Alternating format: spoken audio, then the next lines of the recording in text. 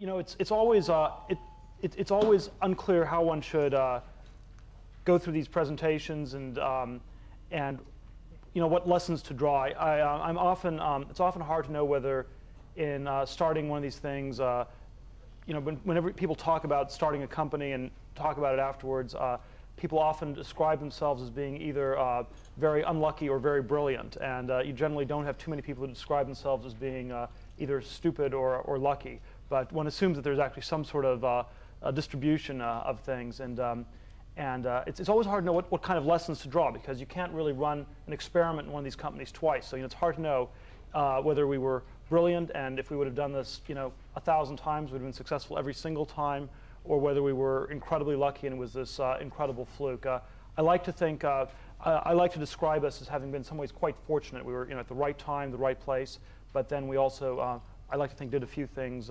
right in that process. And instead of sort of going through this formal theoretical presentation about how to start companies, I thought it might be better just to interactively talk a little bit about how PayPal got started, how we pulled it together, and make it more anecdotal, because as I said, it's not an experiment. It's not something that one can rerun multiple times. It's more a single story that I think sort of stands on its own terms.